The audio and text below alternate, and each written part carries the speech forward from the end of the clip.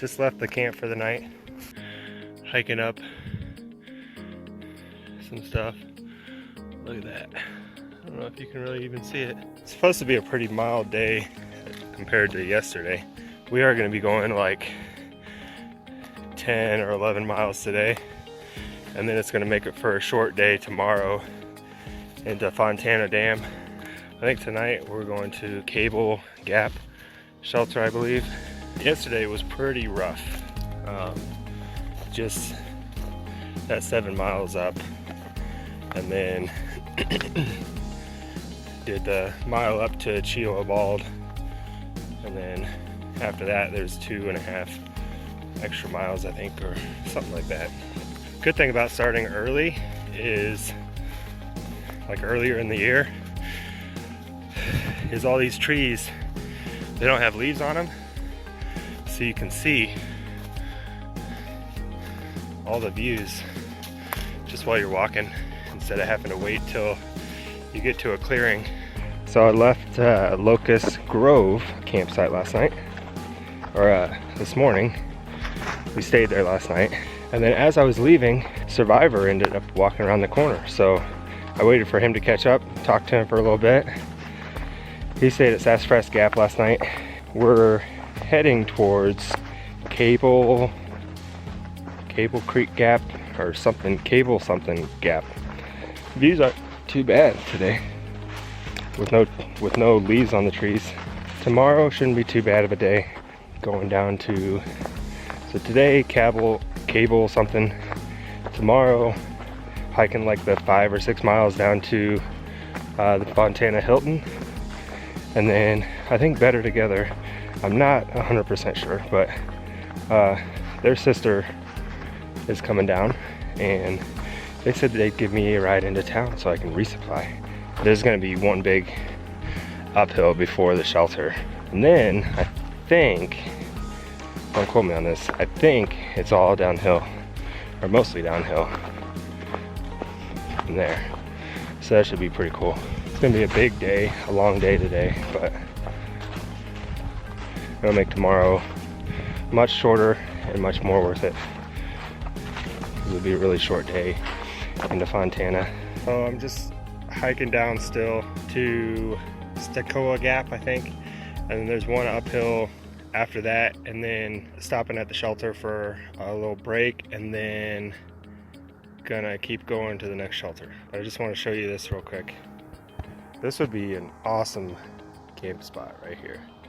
It's right before you keep going down that way, but look at what you got to look at. But we are at Stacoa Gap. That's a nice little view there. And about to go up. I'm about a mile from the shelter I'm gonna stop at for lunch, or just a small break.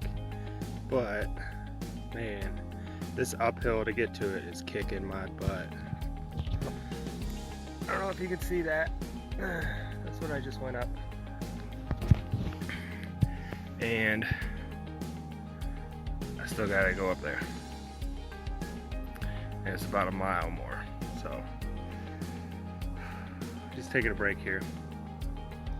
Relaxing. Getting my heart rate down a little bit. So I just stopped at Brown Fork Gap Shelter, I think. Shouldn't be too bad for the rest of the day. I think I have like 6.5 or so miles to go. But I just wanted to say something that was kind of funny. So I didn't hop on here to record it, but there's a portion of the trail where it just goes like straight up, like it's like a 60-degree incline, and I knew it was going to be tough just looking at it, because you look, it's like you're standing against a wall and you got to climb up the wall with a little bit of a tilt to it. And I mean, it's got steps and things for you to grab onto. So it's the part that's funny is it's actually a known part of the trail called Jacob's Ladder. So if you've ever done, I just looked it up, there's some kind of machine that's called a Jacob's Ladder, and it's literally just like a stair step machine, but it's got a bunch of bars on it, and it looked exactly like what I just climbed. So I see where it gets its name. I thought today was not going to be anything too crazy, and then I get to that and it's just straight up, man, and it just keeps going and going like an Energizer bunny. It was no joke. I see why people worry about it, but like I said, I didn't even know, because gut hooks, it doesn't tell you as much backstory about the trail. It tells you like how far it is from this point to this point. But if you look at the AWOL guide, it tells you, I think it's like Sweetwater Gap maybe. I don't know, but there's a gap. And that's when Jacob's Ladder starts.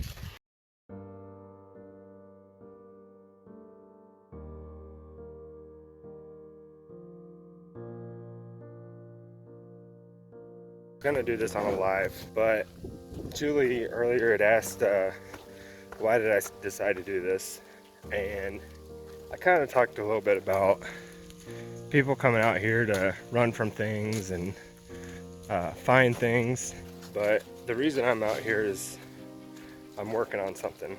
Some of you guys may know that me and Paige are having a baby, and really the reason I'm out here and what I'm working on is I'm working on myself. I'm working on being a better husband and working on being a better father and being a husband and father that both Paige and Sage deserve. So that's why I'm out here, because you only get one chance at all this. So, and I just need to be ready to support Paige and Sage, being a good father and husband to them. Yeah, so I'm out here working on myself, whether it's my patience or being able to endure through hard times, and just to think, because before I left the place I was working, it just kind of seemed like it drew the life out of me, because I would come home, go to sleep, wake up, go to work, and then keep doing that thing over. And I really never got time to really think about what kind of father I want to be and what kind of husband I should be.